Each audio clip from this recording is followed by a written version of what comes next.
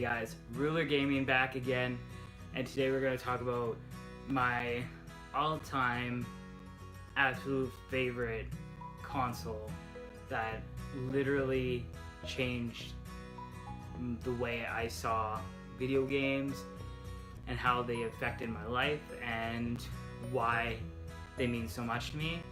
So today we're going to be talking about Nintendo 64.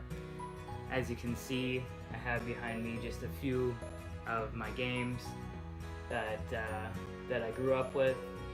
Obviously some look better than others. So the N64, the reason why it holds so true to me is The Legend of Zelda Ocarina of Time.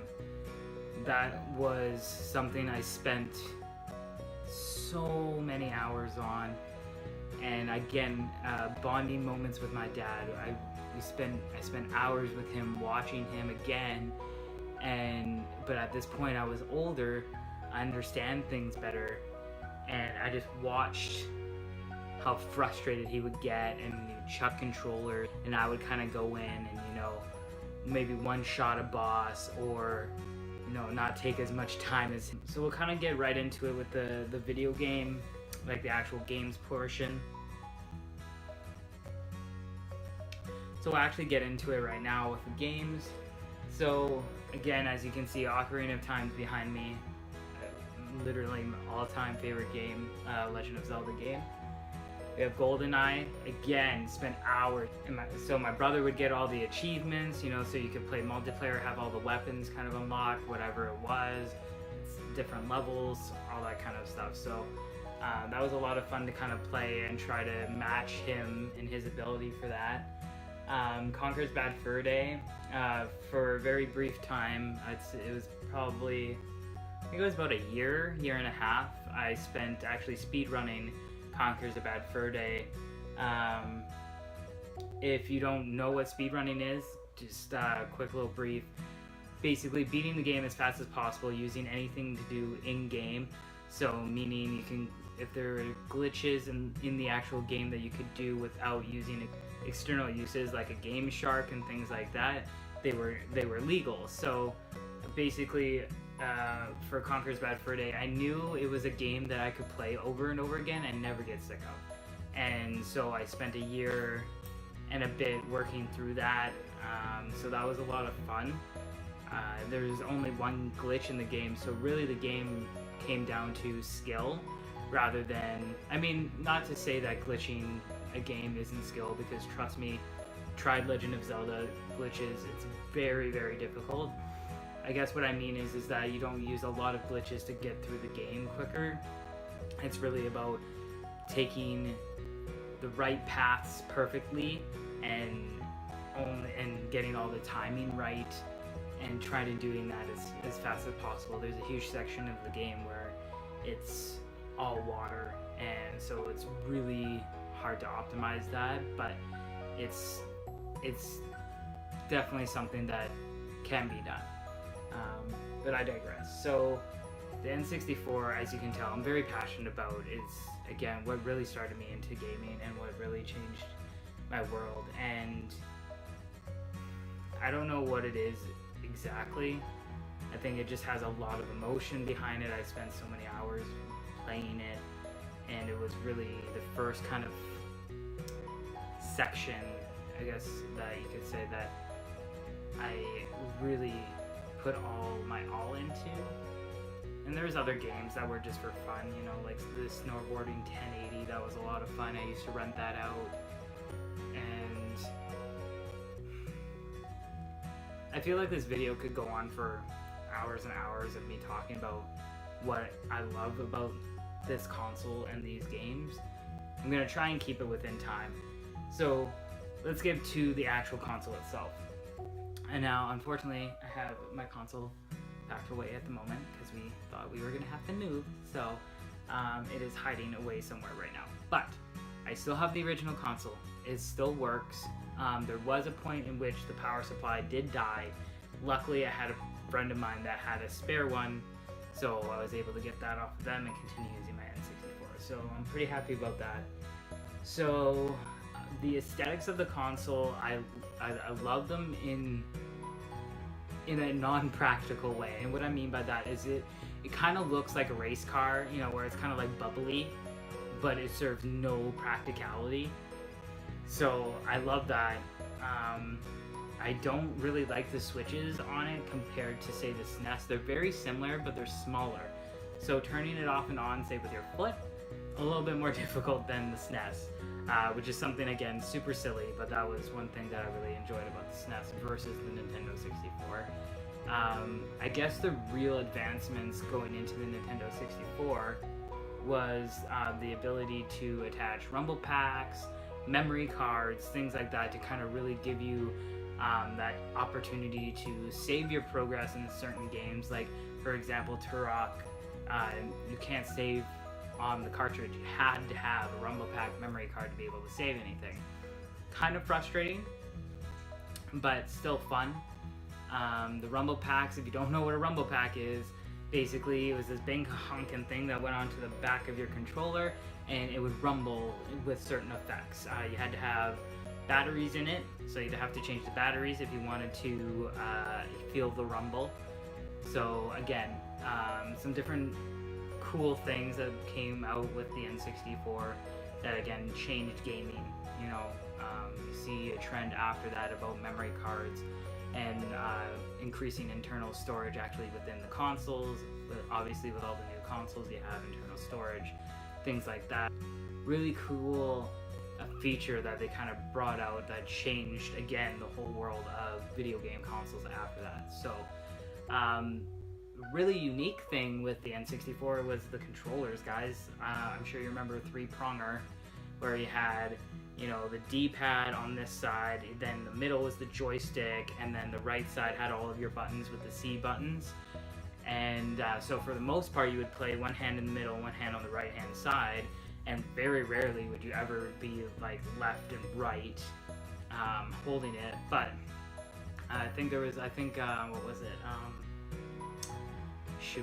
Tony Hawk Pro Skater benefited from the D-pad because it was easier to kind of do the necessary tricks and things like that. So, I mean, but again, very rarely would you ever use the D-pad on an N64 controller. So, again, and the N64 was kind of the first console too that had customized or featured consoles. Like Donkey Kong 64 had, you know, the green console, see-through console with a green controller. There was a gold edition of Legend of Zelda. You could get the consoles in blue, see-through red. So Nintendo kind of made that a thing, and that again went on to within future consoles like Xbox and PlayStation, with unique bundles that had different designs for the consoles and stuff like that. So another innovation that kind of went on to the future, which is really cool. And comfort-wise, I guess the comfort of the N64 controller is actually quite good, in my opinion. The only problem was that the joysticks would wear out super quickly. They were just made of crappy plastic. Games like Super Smash Bros., you could say goodbye to your controller within a month because there was so much mashing and so much spinny doing all the crap that you needed to do to play the game and destroy your opponents. It just died. You know, it would just die. So nowadays they do have there's still lots of those controllers hanging around. Some, you know, they're obviously not Nintendo branded, but a lot of third parties now, you know, they make those controllers for N64s. And with the trend of the repeats of the NES and the SNES, I'm sure they're going to do a reboot of the Nintendo 64, and they're going to have their own controllers again, very similar. So that'll be interesting to see if that's what they end up doing. Now, I talked already about the aesthetics of the console.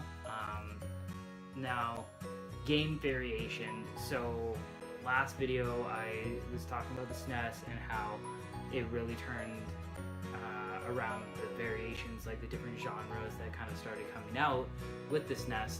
N64 unfortunately didn't really do much different. They kind of kept with that. There was only so many genres at the time that you could kind of come up with. And a lot of it was the start of the first-person shooter. So you have GoldenEye, you have Perfect Dark. There was a Star Wars Battlefront game that was also first-person or third-person, whichever you preferred. But that's where you kind of started to see the first-person shooter games come out. But really, there wasn't any change. There's RPG games still. There was the typical action-adventure games, Legend of Zelda, all those games were still a thing. So the game variation didn't really change. So from that, we're going to move right into the ranking, guys. I know I kind of made this video a little bit longer than usual, and I apologize, but I'm hoping that you've enjoyed it so far. So game selection, again, coming down to the fact that there wasn't really a change. Other than graphics, guys, there wasn't really a change in genres or game functions or anything like that. It was all pretty similar. So because of the similarity, I'm giving it a 6, because again, there wasn't a very different, there's tons of different games for everyone, but it didn't really change. So I'm just gonna leave that as a 6. Now the controls. Now, if you've ever played Super Mario 64, in the terms of each individual game, Super Mario 64 was by far the worst game to play for controls. It was awful. It's still awful. Camera controls are awful. Everything about it was awful. So for games in particular, a lot of the controls were bad. But the actual function of the controller was pretty good.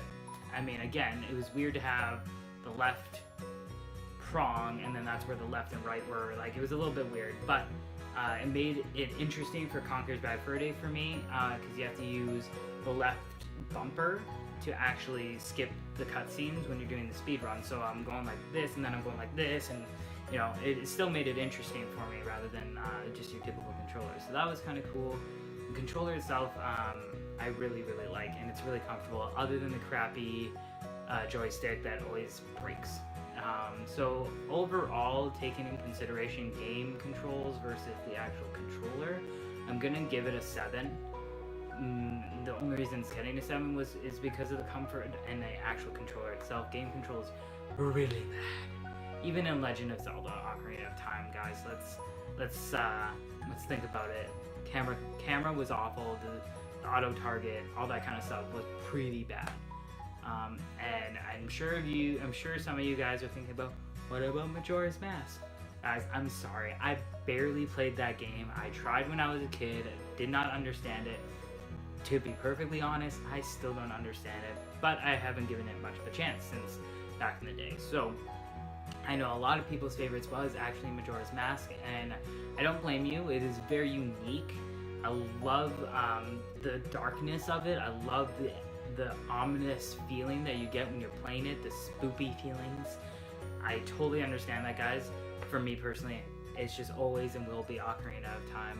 Now, my overall ranking for this system, even though I'm 110% biased, I'm not gonna give it a 10, guys. I'm gonna be reasonable. Based on the lack of game selection and the bad controls in a lot of the different games, I am only gonna give it a 7. It is by far my favorite. It is by far everything that I grew up to be when it comes to video games. But I know where its strengths are and where its weaknesses are, and unfortunately it does have a lot of weaknesses compared to the first 2 consoles that we talked about. So I'm going to leave it at that. Overall ranking for the Nintendo 64 is a 7 out of 10, guys. I want to thank you guys so much for watching. This has definitely been a longer video. It's more of my life, I guess, in this video. So thank you guys so much for watching. If you have any comments, feedback, anything at all you'd like to contribute, or ideas or anything like that, you can hit up that comment box. Please share, like, and subscribe. I'm hoping to do more variations of videos, different types of videos, so please send me your suggestions. Love to hear back from you guys. Thank you so much for watching, guys. Have a good one. See you later.